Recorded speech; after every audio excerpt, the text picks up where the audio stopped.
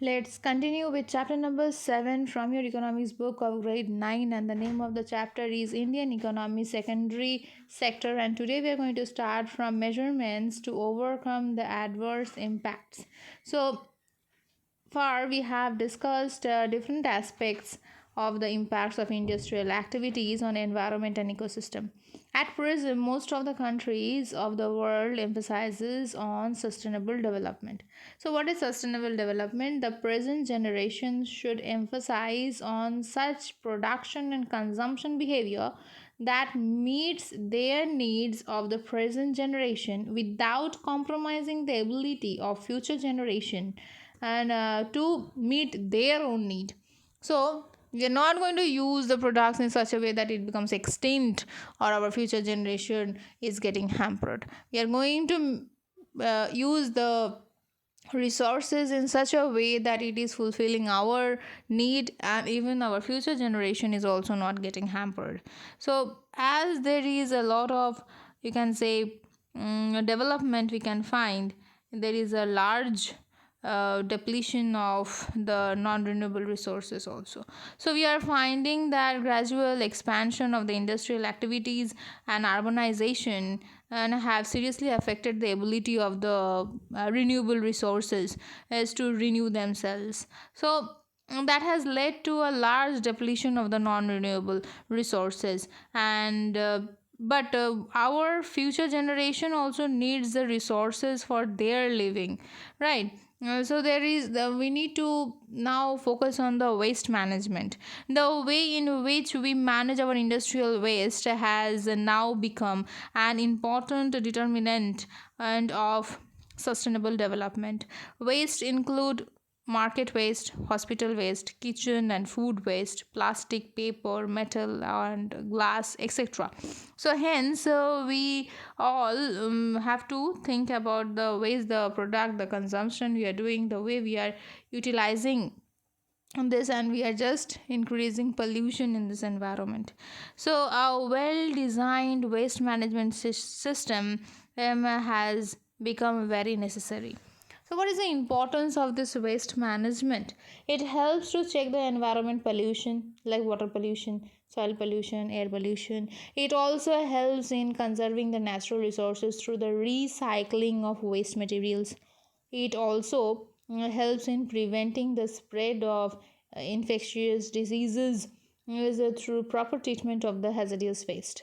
So what are the methods of safe disposal of the waste? Disposal doesn't mean that you're just going and dumping whatever you're having in your home as a waste product and just throwing in the dustbin, dumping in the dustbin and coming back. There is a way of disposal. No, there's not the proper way. From where? From the dustbin, where does this waste materials go?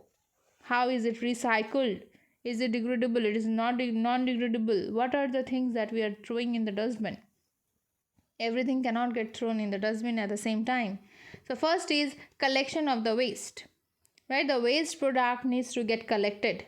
Segregation of the waste. Segregation means we are just dividing the waste according to their categories, which is degradable, which is non-degradable, which is hazardous, which is chemical based. Like that we are just dividing it. Next is transfer and transport of waste. So as we are dumping the waste in the dustbin, those doesn't remain there only. Those gets transported and transferred to the other places. Processing and recovery. So processing means we are processing the waste materials, and what are the things that we are again recycling and recovering it back for the reuse purpose. Disposal of waste is the final one. So let us start from the first step, that is the collection of waste. Waste is continuously produced out of our production and consumption activities. The removal of waste from their generation points at regular intervals in terms as collection of waste. Some of the methods of collecting waste are noted below.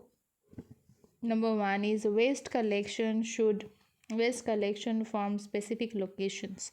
In this case, the waste are first dumped in large dustbins or containers, which are kept by, say, that municipality authorities keep this, is at some particular location in the city.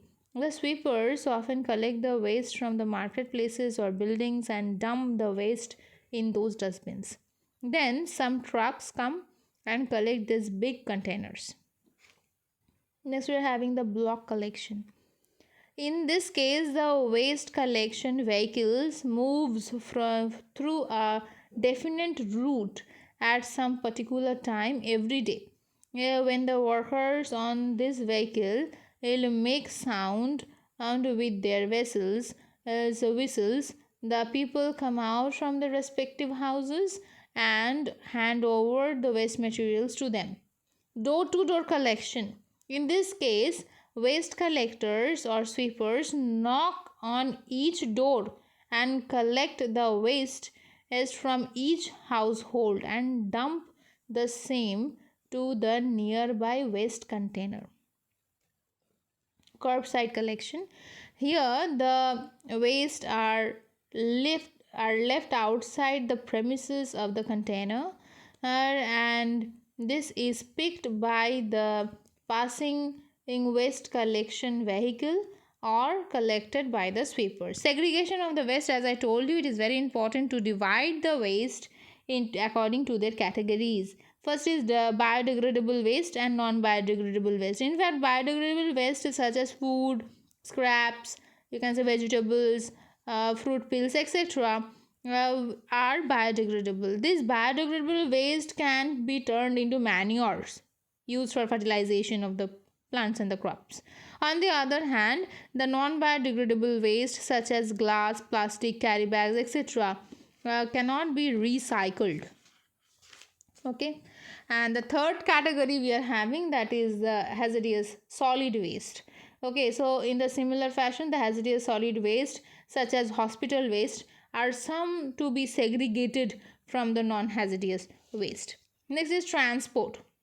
Okay, transport and transfer of the waste.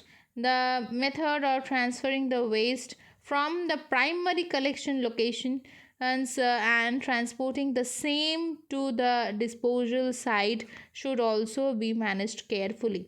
There are various methods of transferring wastes as from primary collection to secondary collection vehicles.